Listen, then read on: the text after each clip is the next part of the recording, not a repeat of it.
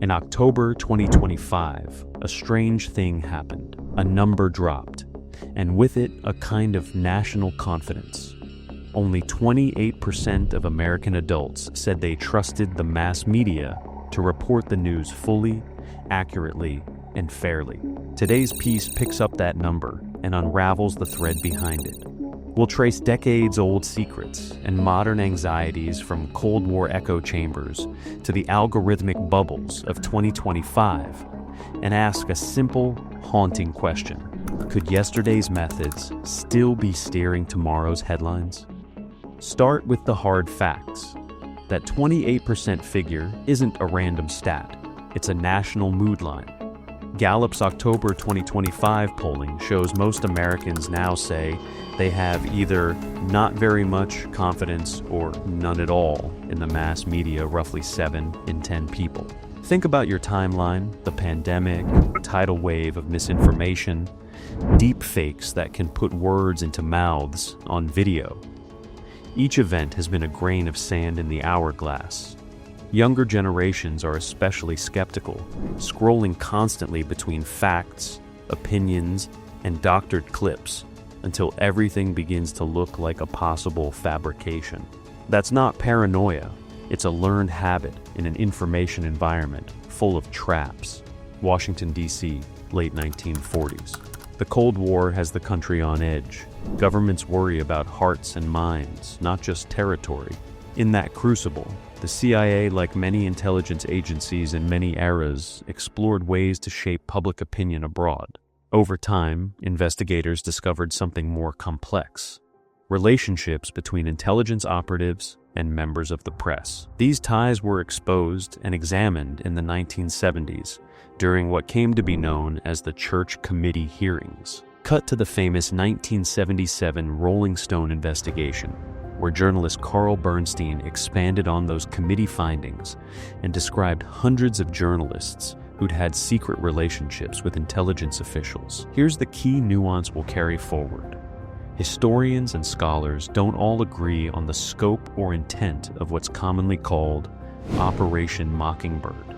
So ask yourself, if journalists and intelligence officers once spoke in hushed channels, what happens when the whispers migrate into new technologies and new platforms? Does the problem dissolve with time, or does it morph into something harder to recognize?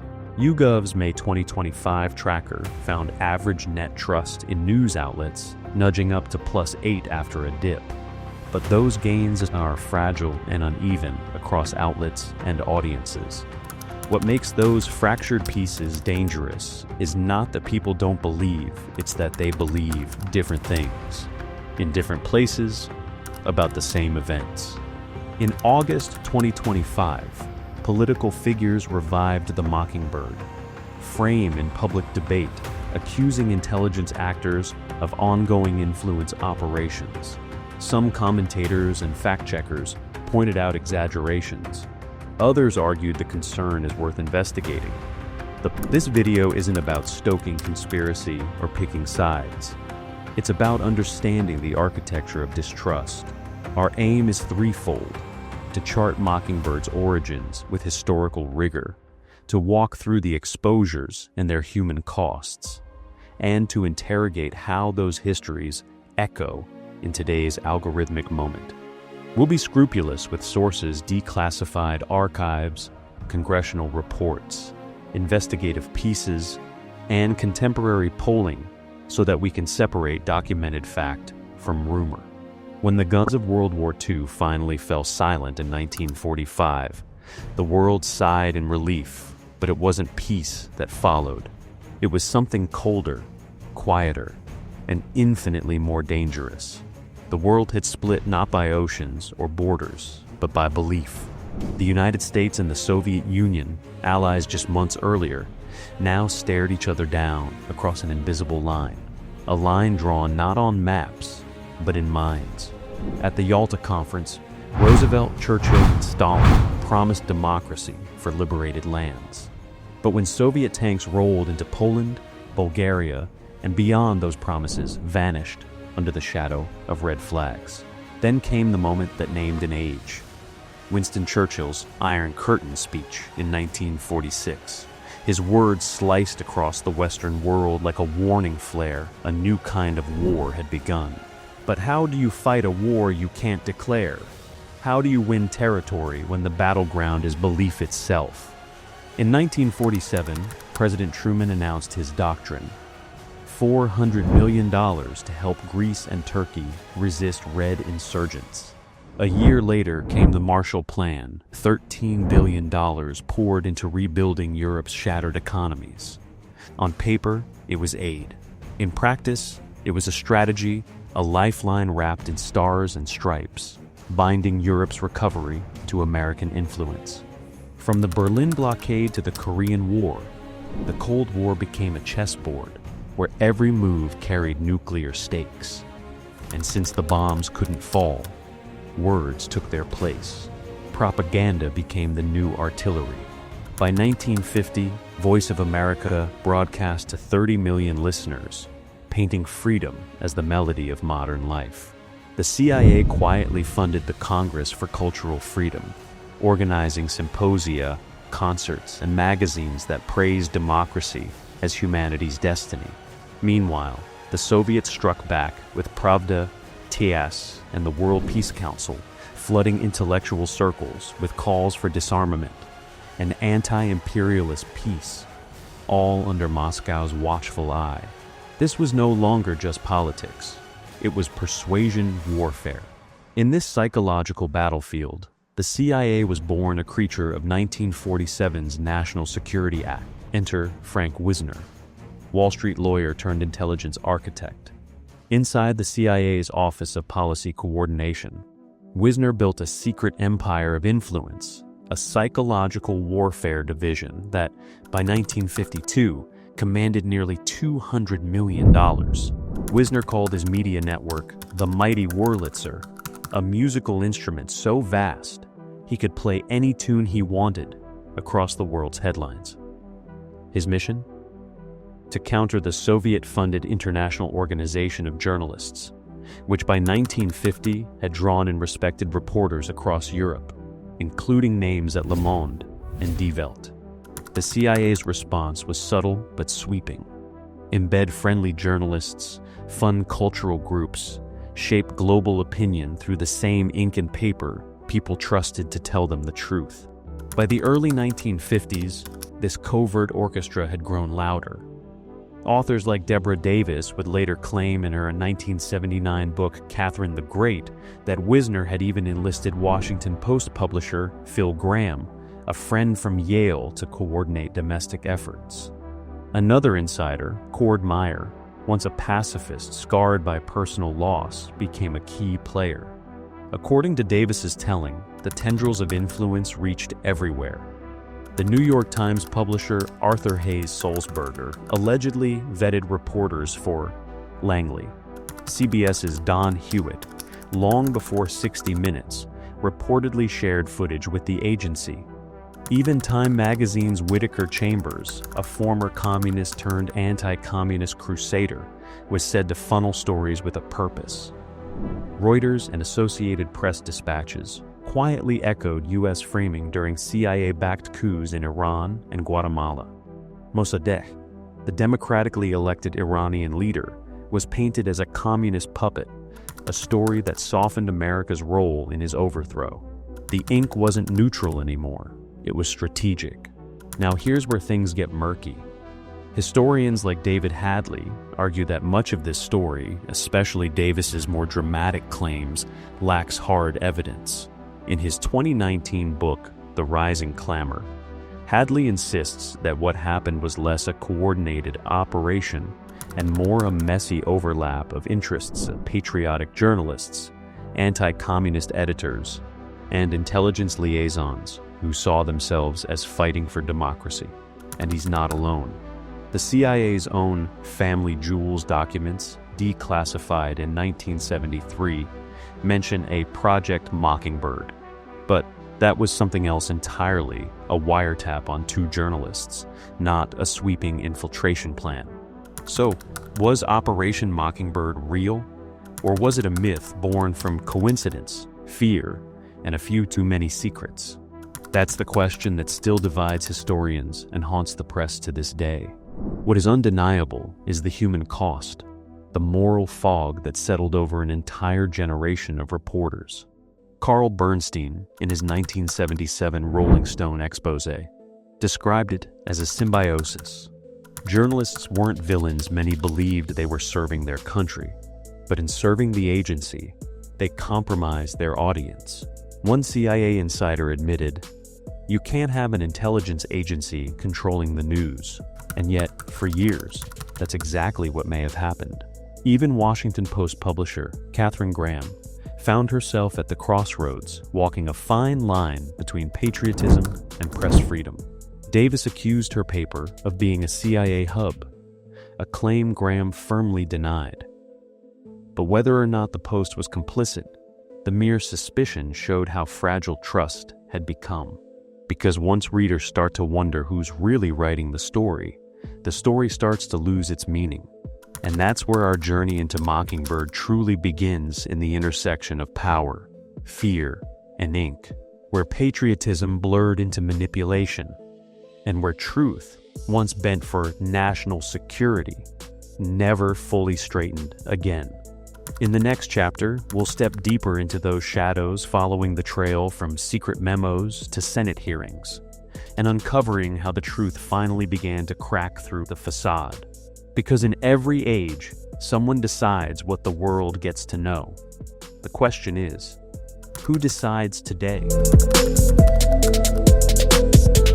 The 1960s promised freedom, civil rights, protest, a world learning to speak for itself. But in the shadows of that revolution, something else was unraveling.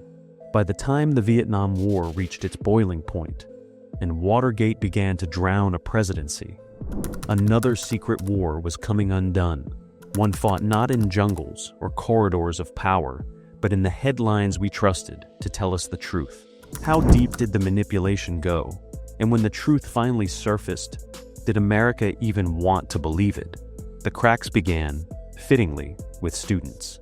In April 1967, Ramparts magazine dropped a bombshell. The CIA had secretly funded the National Student Association, funneling millions each year to shape the minds and movements of young Americans abroad. $3 million every year. Money that bought not textbooks, but influence. The revelation was a lightning strike, and it didn't stop there. By the early 1970s, a slow-motion storm gathered strength. Inside Langley, nervous officials compiled an internal confessional, the now infamous Family Jewels. It cataloged years of covert programs, from wiretaps to secret relationships, yet conspicuously sidestepped any full accounting of Mockingbird's reach. It was like catching a glimpse of a shadow, but never the figure that cast it. Then came the earthquake. In December 1974, investigative reporter Seymour Hersh published a New York Times exposé that tore the veil wide open. Hersh accused the CIA of violating its charter, spying on anti-war groups and American citizens. For the first time, the public heard what insiders had whispered for years. The agency's obsession with information control had crossed into its own backyard. Outrage turned into action. In 1975, Senator Frank Church convened what would become one of the most consequential investigations in U.S. history. Its 1976 report was chilling. It detailed 50 official but secret relationships between journalists and intelligence operatives, blurring the boundary between free press and state propaganda. Church warned of the potential for tyranny if unchecked surveillance and covert influence continued. The committee called for bans, oversight, accountability, a moral realignment. But history rarely bends easily. Just 1 year later, Carl Bernstein, fresh from Watergate fame, took it further. In his 1977 Rolling Stone article, The CIA and the Media, Bernstein dropped names, over 400 of them. He exposed television producers, foreign correspondents, and senior editors, allegedly serving as informants or conduits for intelligence narratives. CBS, Newsweek, even the New York Times. He described a system where information didn't just flow, it was filtered, shaped, and sometimes scripted. To many Americans, it was the moment the mirror cracked. President Gerald Ford responded with Executive Order 11905, a promise to rein in intelligence excesses. It outlawed political assassinations and sought to tighten oversight. But when it came to media manipulation, the language was vague, the enforcement weaker still. As the Rockefeller Commission later admitted, the reforms were noble, but the habits were deeply ingrained. And while investigations tried to close the book, the story was far from over. Mockingbird didn't vanish. It evolved. At first, it was about overseas influence, countering communism through cultural diplomacy. But soon, that reach turned inward. CIA-affiliated correspondents embedded in Cuba during the Bay of Pigs invasion helped prime American audiences for a glorious exile victory. In Vietnam, optimistic dispatches muted the scale of escalation until the Tet Offensive made optimism impossible. Influence seeped everywhere. Through radio, like the anti-Castro station WMIE in Miami, where CIA-approved scripts filled airtime. Through film, where agency consultants quietly reviewed scripts for anti-communist themes, steering Hollywood toward patriotic heroism. Through academia, where fronts like the Asia Foundation subtly shaped study programs and grants, aligning intellectual discourse with U.S. foreign policy. Frances Stoner Saunders, in her book The Cultural Cold War, later estimated that these cultural initiatives totaled the equivalent of over $1 billion. $1 billion spent not on arms, but on art, books, lectures, and stories. But the CIA wasn't alone in overstepping. Programs like Operation Chaos, also exposed by Hirsch, turned surveillance inward. From 1967 to 1974, Chaos tracked over 300,000 Americans, infiltrating anti-war groups and civil rights movements, all justified in the name of security. And through it all, the media was both participant and victim. Carl Bernstein later wrote that many of those journalists weren't coerced, they believed they were serving their country. They saw communism as an existential threat and cooperation as patriotism. But that's what made it so tragic, because when patriotism becomes a justification for secrecy, truth becomes collateral damage. Imagine being a reporter in that era, believing your pen could defend democracy, only to learn it might have been guided by unseen hands. The ethical fallout was immense. Who could the public trust? Who could journalists trust among themselves? The questions outlived the Cold War. They echo even now in algorithmic feeds, anonymous sources, and blurred lines between journalism and influence. By the late 1970s, the damage was done. Mockingbird wasn't just a program anymore, it was a mindset, an era where narrative could be engineered and truth could be optional. But history, as always, had another twist waiting.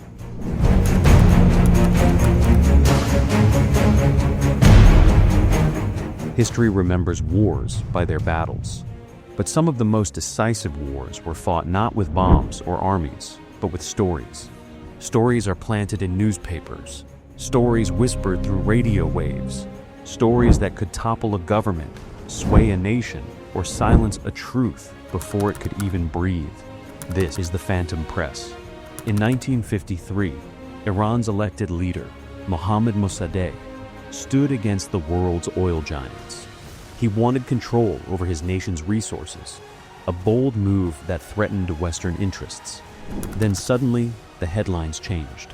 Newspapers from London to New York branded him a Soviet sympathizer, a communist puppet, a danger to democracy.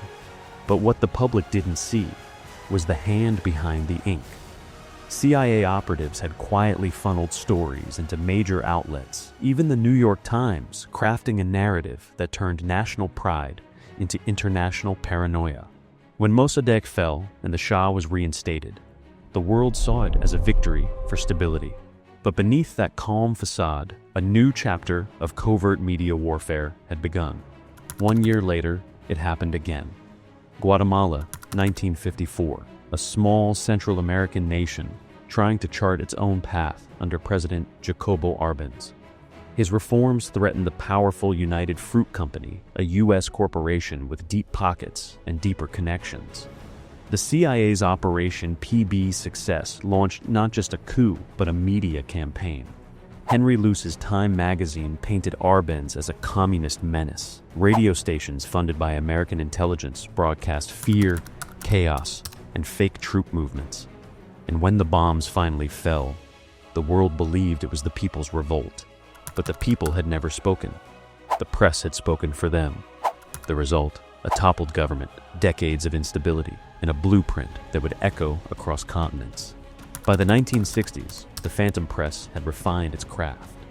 During the Bay of Pigs invasion, American media primed the public with tales of imminent victory, a band of brave Cuban exiles ready to reclaim their homeland. But when the mission failed disastrously, coverage quickly softened. The narrative shifted from truth to damage control. Victory is near, they said. But for soldiers in the field, the truth looked very different. The media wasn't just reporting the war, it was, in many ways, writing it. Then came Chile, 1973. Salvador Allende, a democratically elected socialist president, was branded a threat to Western order. CIA-backed reports found their way into the Washington Post and international briefings, framing Allende's Chile as a Marxist crisis in the making. Soon after, tanks rolled into Santiago, and Allende's government fell. To many, it was another necessary correction. But to historians, it was another scar of the Mockingbird era, where press manipulation didn't just shape perception, it reshaped history. Fast forward to the 21st century, and Mockingbird's ghost still lingers. The names have changed. The platforms are digital, but the mechanics, they feel hauntingly familiar. In 2003, the world watched the invasion of Iraq unfold under a single unifying message: weapons of mass destruction. It was later called the lie of the century, but it didn't spread on its own. Major outlets, trusted by millions, echoed anonymous sources and unverified intelligence. Dissenting voices were dismissed. Today, it's not classified memos that shape narratives. It's algorithms, it's bots, deep fakes, and anonymous insiders posting on platforms like X. When former Congresswoman Tulsi Gabbard warned of Mockingbird 2.0, she wasn't talking about journalists on payrolls. She meant the evolution of control, where influence spreads faster than fact, and outrage outpaces truth. Think about it. In 2025, a single viral post can reach millions before a correction even loads. Disinformation doesn't need a handler anymore. It just needs engagement. So, has anything really changed? Or have the tools simply evolved while the mission remains the same to win the war of perception? The difference now is subtle but profound. Then, the press was the weapon. Now, we are. Our clicks, our shares, our outrage, they're the new battlefield terrain. Every retweet is a ripple in the digital ocean of influence. But here's the truth. Most forget, control isn't destiny. Awareness changes everything. Audits, transparency, and media literacy. They're the modern vaccines against manipulation. Because the goal isn't to silence the press. It's to protect it from capture, from distortion, from its own ghosts, and perhaps most importantly, from our own complacency.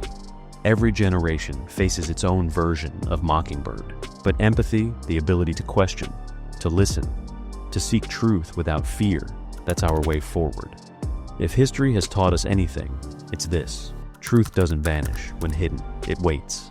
It waits for those brave enough to look for it.